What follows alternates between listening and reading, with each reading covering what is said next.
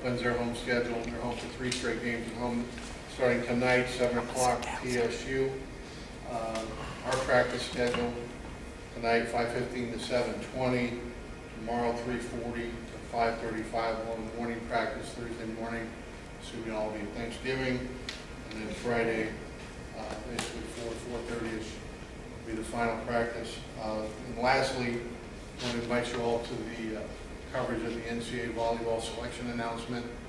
Volleyball team won the conference championship and the tournament, so we'll be in here at 7. The announcement starts at 7:30 on Sunday. So if you appreciate having you come out for that and capture that moment with us. Before we get to that, we have the final football game of the year. We'll start off with Coach Bloomgren.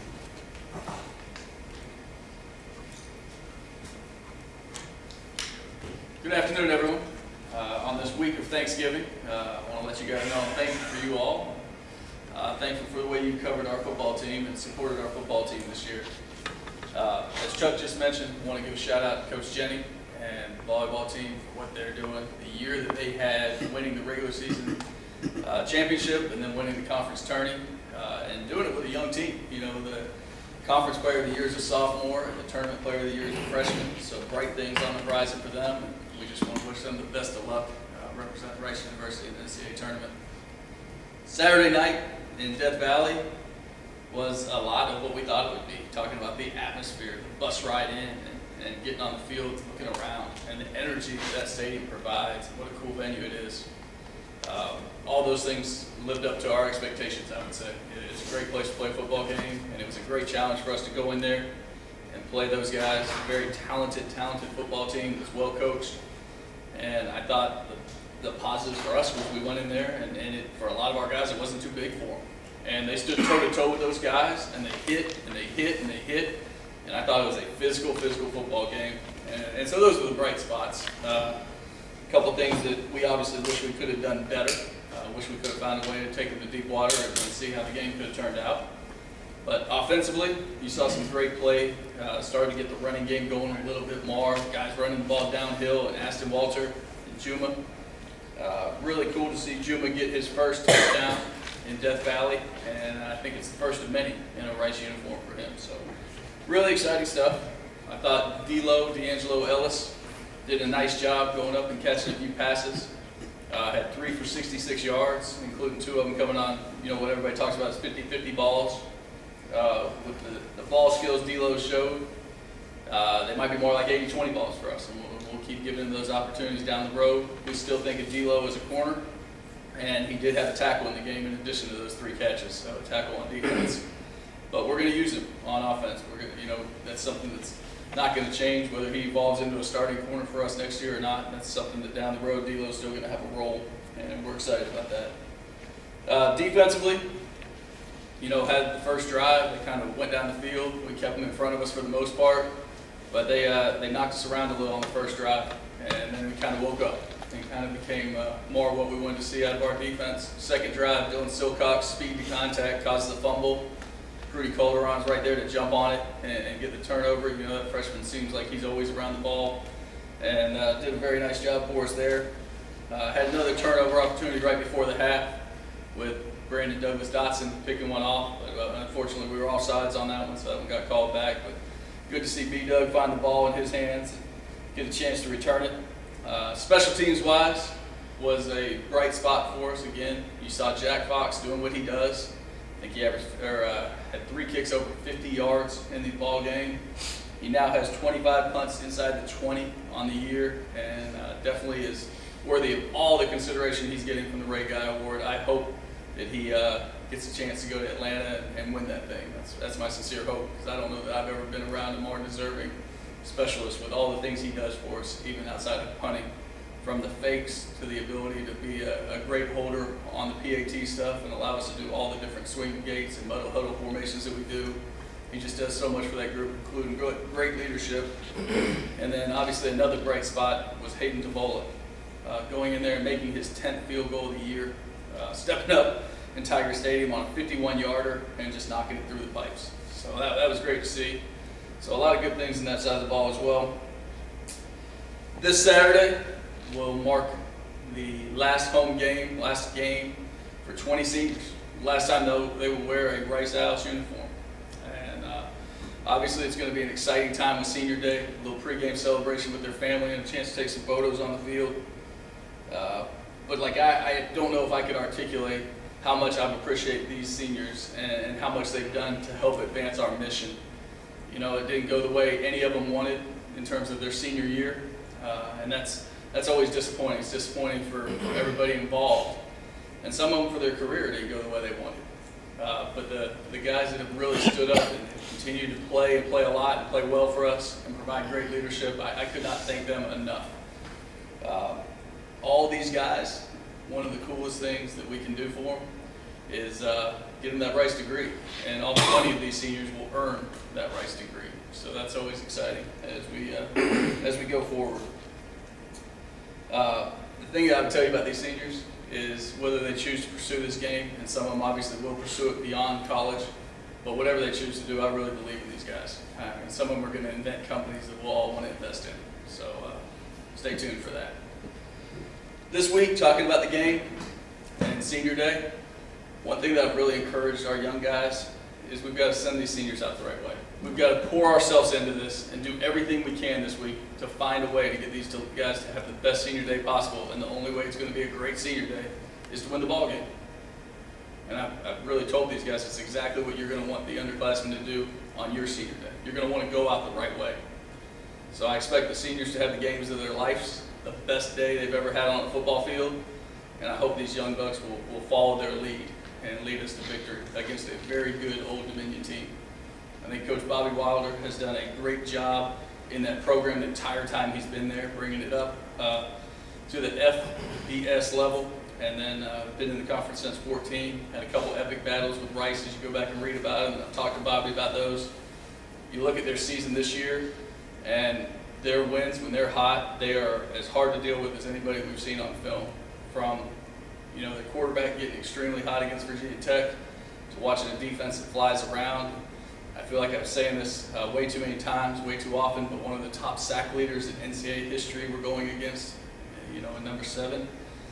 He's been invited to the Senior Bowl. He is an outstanding football player, outstanding, and a guy that plays good in the run game, but also, of course, attacks the passer. So it's going to be a great challenge for us. We know it's going to be a 4-quarter battle. We want it to be a 4-quarter battle. We've got to get it to deep water and give our guys a chance to win this game. If we can play like we're capable of on O&D and let special teams be the difference for us, we're going to be happy with those results. With that, I'll open up for any questions. Mike, you know the dues that you paid to get here, leading up to becoming the head coach of Rice. Could you describe the difference in you now, one season later as well? Gosh, I can have a better answer for you at another time, Mark. Like, I just haven't had time to reflect, if that makes sense. Like, I'm trying to get these seniors this game, and there are so many things, and I will actually spend the first week on the road writing those things down, because there are a lot of lessons I've learned. There's a lot of things that I want to make sure we continue to do in the program, and there's some will change. But me personally, I've definitely grown, and I've grown a lot because of the coaches we brought in, the coaches around me, and learned from these great players as well. Can you then maybe put a label on what it would mean to end the season on the right note? I think it starts with the way we want to do it for the seniors. I want these guys to go out the right way with a win, but for my sanity, it would be huge. For the direction of the program, it would be a big boost in recruiting. I think winning this football game would mean a lot to this program. So it's, in a way, it's almost like a playoff game? Well, absolutely. Unfortunately, we don't get to keep playing, but it definitely has that sense of, hey guys, this is the last freaking game. Let's find a way to win it. Coach, what does it mean?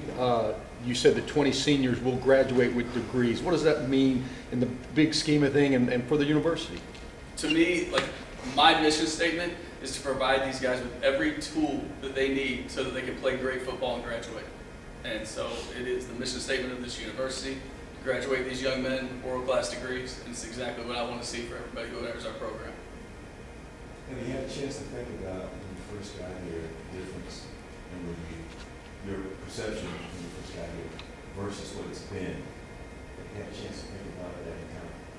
Not in totality, but like I did have a different vantage point than a lot of people ever could have having come into this job, right? We played him in the first game of the season before in Australia. So I kind of knew what the roster was. Had a pretty good idea. The thing you don't know, and that has been tough for me, and I've expressed it to you guys before, is these seniors wanting to do everything to win and really trying to do everything we ask of them.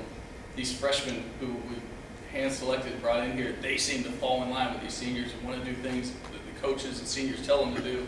But those middle three classes, in terms of the mental state of those guys, and what I mean by that is just the lack of success they've had on a football field and the fact that they're often waiting for the other shoe to fall instead of wanting to find a way to win the game together. And that's still something that we're going to have to do a lot of work on. And that's actually going to be something that I charge Hans Straub with, not just developing their bodies, but developing their minds to a championship level. And, you know, the value of a great strength coach like Hans is that he touches our kids more than anybody else in this program. He'll be with them from as soon as they get back in the spring on. And he's going to be instrumental in making sure they understand the standard, and he's going to uphold it for the short term. Before we know it, we'll get to the point where the locker room upholds the standard, and that's when this thing will be a lot of fun. Mike, what are the challenges of changing that culture, of waiting for the other shoe to drop? It's a constant battle of doing the things that you know win football games, preparing the right way. We always use the word process around here. But in terms of getting them to that point in deep water and getting them to get over the hump, at some point we have to do it. And then we'll be like, okay, that's what it looks like, that's what it feels like, that's what it takes. So we're going to try to challenge them to finish every single thing that we can. I mean, everything is competition based in our program anyway, but it's going to be more so. We're trying to find ways, like yesterday, we threw out the ball and we said, all right, call out 3 receivers, 3 DBs, one-on-ones for push-ups for the whole unit. Let's compete. And so that was fun. Like, I love that stuff. Like, I'll compete at anything. Like, anything you want to play or fight over, let's do it. So that's the mindset I got to get these guys at. And then we got to show them some success. And it's going to have to happen on the field in a football game before we get to the point where we feel like we consistently do it, obviously. We got to have that success. Coach, talk about the issues that Isaiah Harper presents on special teams as a punt returner. All these guys are talented. You know, I feel like this is like the 7th week where we talked about this guy is nationally ranked. This guy is so uber talented. But luckily we've got a secret weapon that we'll attack him with and try to play the best game to keep away that he knows how. Mike, was this the results? Obviously not what you want, but have you seen things through the weeks to kind of get you fired up for what can happen the next year and as you build this program? Yeah, there's so many things that I never thought I could be happy about in watching a 42-10 loss. Like, it doesn't make sense to even say it out loud. But when I watch the game and I see us laying wood to these people and putting our face on people and not backing down and scoring against many of their starters in the 4th quarter and getting stops on defense, like, I'm like, okay, we're trying, we're fighting, we're doing all the things I'm asking them to do. We've got to develop these guys. We've got to work between the ears a little bit, and we've got to acquire some more talent. But I've said it before, like, I am disappointed that our record wasn't better for these kids. I am not wavering in our belief that we're going to get it done. We're going to play in bowl games. We're going to win championships here. I am probably more encouraged than ever when I look at the future. And I see all the things that our young guys are doing. I see the foundation these seniors have laid and the roadmap they've laid for these guys. And I know that the recruits that I believe we're going to sign, that we're talking to, some of which are committed to us, that stuff's exciting. But again, I don't want to get too far ahead. Like, winning this game this weekend, that would be awesome for these seniors. It's been a battle, especially for some of these seniors. They've gone through a lot of change in a handful of years at Rice. How impactful for you has it been to see those handful of guys that, getting a new coach, new program, everything changing their last year, have really doubled down instead of stepping back? Yeah, I think that the ones that have absolutely just bowed their neck and come to work and helped us out with the culture and with the growth of this place. Number one, like, we're never going to be able to say thank you enough to them because they are showing us a foundation. And it's sad that they're not seeing the fruits of their labors because they really, a lot of them led the way you want them to. And So I guess you're exactly right, though. Like, I look back at the adversity that class has felt, you know, whether it's from the hurricane the year before I got here, to a coaching change in your senior year, to the different offensive and defensive coordinators they've had, to the loss of a teammate. I mean, they've been through a lot that you don't want to go through in a college football experience. But I'm happy they're here with us today, and I'm happy we have a chance to send them out winners on Saturday. And again, I know that those things were difficult and probably not the way they planned it, but it's also like what made these guys who they are because of those things. And then for a lot of, like, the Walter brothers in particular, it's going to be difficult to replace the impact they have on the field and together.